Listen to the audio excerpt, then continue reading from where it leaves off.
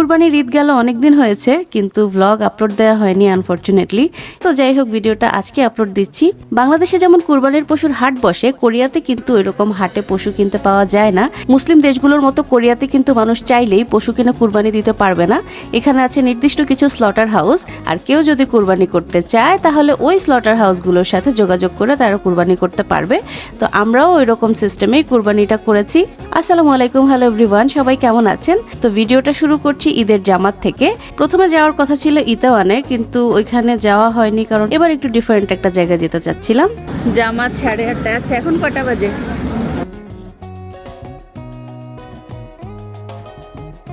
আমরা এখন পাজু মসজিদে। এটা মূলত একটা ঈদগাহে। এটা মূলত একটা ফুটবল মাঠ। তো যদি ওয়ার্কিং ডেতে ঈদ হইতো তাহলে ঈদ হচ্ছে মসজিদে হইতো, আর যেহেতু আজকে স্যাটারডে বন্ধের দিন, তো সেই কারণে আজকে ফুটবল মাঠে ঈদের নামাজ হবে, যেহেতু প্রচুর মানুষ হবে। মেয়েদের জন্য এখানে কোনো ব্যবস্থা আছে কিনা বোঝা যাচ্ছে না, আমরা খুঁজতেছি। এখানে মহিলাদের জন্য কোনো ব্যবস্থা নাই, ইতাওয়ানে ছিল, এই কারণে আমাদের জন্য এই গরিবী অবস্থা। অসুবিধা নাই, কেউ এসে 2 টাকা 5 টাকার পয়সা ছিটা না দিয়া গেলেই হইল।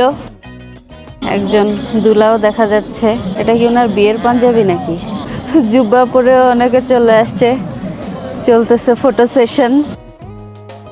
আর এসে দেখি এখানে ম্যাক্সিমামই বাঙালি এবং সবকিছু বাংলাতেই হচ্ছিল। খুতবা বাংলায় দিচ্ছিল, ইমাম বাংলায় কথা বলছিল, ইনস্ট্রাকশন বাংলায় দেয়া হচ্ছিল।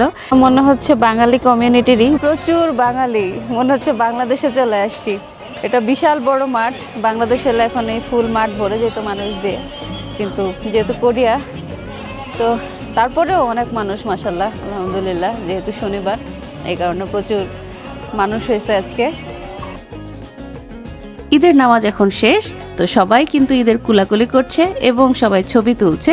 আরো 2জন ভাবির সাথে দেখা হয়েছে, প্রচুর গল্প করলাম ওনাদের সাথে। আর এই সাইডে হচ্ছে, এটা অ্যাকচুয়ালি একটা ফুটবল মাঠ, এই জন্য এখানে চেয়ারগুলা দেয়া।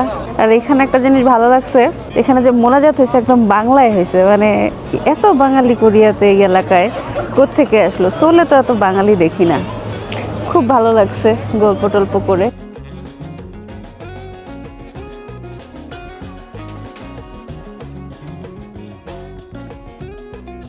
আর এখন আমরা যাব একজন বাঙালি ভাই এবং ভাবির বাসায়।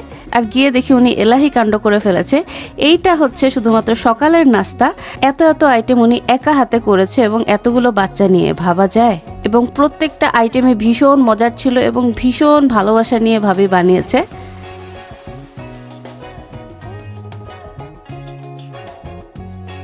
খাওয়া দাওয়া শেষ, এখন আপনাদেরকে নিয়ে যাচ্ছি সেই গরুর খামারে। এটা কিন্তু ভাইদের বাসা থেকে একদমই কাছে, জাস্ট অল্প একটু হাঁটলেই।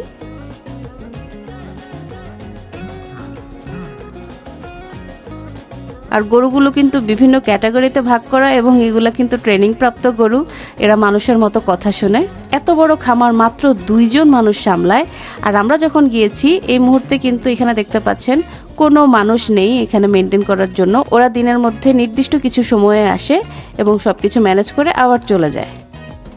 কোরিয়ার বুকে এরকম গরুর খামার, গোবরের গন্ধ শুনে মনে হচ্ছে নানা বাড়িতে চলে আসছি, এরকম একটা ভাইব। আচ্ছা, এটা হচ্ছে কোরিয়ার, দক্ষিণ কোরিয়াতে খোয়াংশিতে অবস্থিত একটি গরুর ফার্ম। আপনারা দেখতে পাচ্ছেন যে গরুর ফার্মে এখানে যে গরুগুলো আছে সব দুধাল গরু। এবং আপনারা ওই যে দূরে একটু দেখেন, একটু জুম করে দেখাচ্ছি, ভিতরে ওই গরুগুলোর ভিতরে ঢুকছে। যখন এদের দুধটা দোয়ানোর সময় হবে তারা ওই মেশিনের ভিতরে ঢুকে যাবে, ওখানে অটোমেটিক মেশিনে লেগে যায়, অটোমেটিক দুধগুলো বেড়ে যাবে একদম। এরা এবং কেউ কাউকে মারামারি করবে না, ঢেসাঢেসি করবে না, সুন্দরভাবে একজন একজনকে পাশ কাটা যাবে। দেখেন ওই যে একটা গরু যাচ্ছে, কি সুন্দর, অন্য গরু শুয়ে আছে, পাশ কাটা যাচ্ছে। কিন্তু আমাদের হ্যাঁ, গরুটা অনেক ভদ্র, দেখেন কত ভদ্র দেখতেছে। এগুলো সব দুধাল গরু। ওই সাইডে আছে বাচ্চা গরু, এবং এখানে আছে মাংসাশী গরু। দেখেন মাংসাশী গরু দেখলে আপনারা অবাক হয়ে যাবেন। এক একটা গরুর ওজন 500 কেজির মতন, 400 থেকে 500 কেজি ওজন এক একটা গরু দেখেন। কিন্তু এগুলো বয়স খুবই কম। ওই কানের মধ্যে দেখতে পাচ্ছেন যে স্টিল লাগানো আছে, মানে এখানে জন্ম তারিখ, এর বয়স, একে কী কী দেওয়া হয়েছে সব দেওয়া আছে, ওজন কত, ফুল ডিটেলস। এদের খাবার যেখানে দেয়, এরা খড় খায়, এবং এই যে খাবার যে দেখতে পাচ্ছেন প্যাকেটের খাবার দেয়। ওই যে বস্তা দেখছেন না, বস্তার ভিতরে, ওই বস্তাটা একটু বান দিয়ে বস্তাটা দেয়, বান দিয়ে বস্তা আছে খাবারের ফিড, এই ফিডটা দেয়। প্লাস এদিক দিয়ে এই যে মাথা বের করার জায়গা আছে, মাথা বের করে ওখানে পানি দেয়, যে পানি রাখা আছে, ওই যে ওখানে পানির জায়গা আছে, পানি খাবে ওখান থেকে। এইভাবে গরুর ফার্মটা দেখেন, কোনো লোকজন নাই, কিন্তু অটোমেটিক এটা চলতেছে। খাবার ট্রেনিং করা গরু বলতে পারেন। হ্যাঁ, এখানে দেখেন, এখানে বাছুরগুলো আছে, যেগুলো বাছুর হচ্ছে। আসেন বাছুর, আমরা বাছুর দেখি। এগুলো হচ্ছে খাবার, এগুলো হচ্ছে বাছুর, এগুলো হচ্ছে মা গরু, এগুলো হচ্ছে বাছুর গরু, আর এগুলো হচ্ছে মাংসাশী গরু। এখানে আমরা দেখতে পাচ্ছি আপনার বাছুর গরু।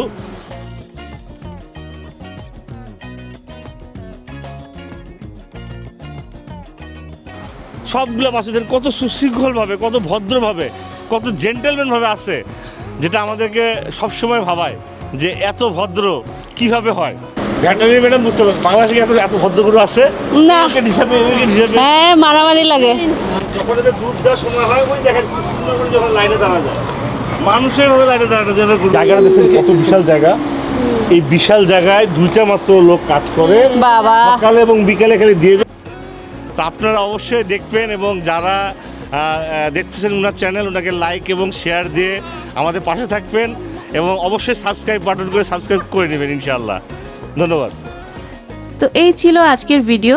কেমন লাগলো আপনাদের কাছে অবশ্যই কমেন্ট করে জানাবেন, আর যদি ভালো লাগে তাহলে অবশ্যই লাইক, ফলো এবং সাবস্ক্রাইব করে চ্যানেলের সাথেই থাকবেন। আর কি ধরনের ভিডিও আমার চ্যানেলে দেখতে চান সেটাও কিন্তু আমাকে কমেন্টে জানাবেন।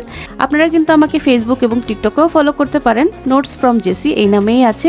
সবাই অনেক ভালো থাকবেন, সুস্থ থাকবেন, আর আমাদের জন্য দোয়া করবেন। আল্লাহ হাফেজ।